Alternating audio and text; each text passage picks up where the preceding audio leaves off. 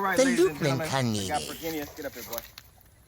So again, I'm trying to have you see the real size of a Lukman Canini when he gets 3 years old.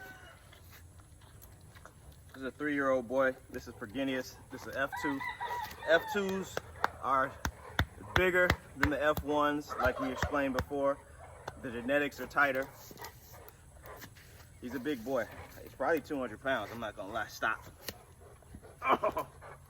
Sit. Yeah. So, as you can see, my arm, his arm, it's a big boy. So, he's super silly. But you get to see, body-wise, Sahara's on the other side of the fence. She's probably gonna knock the camera down. Head. It's a big guy. Difference between him and the puppies is puppies' ears.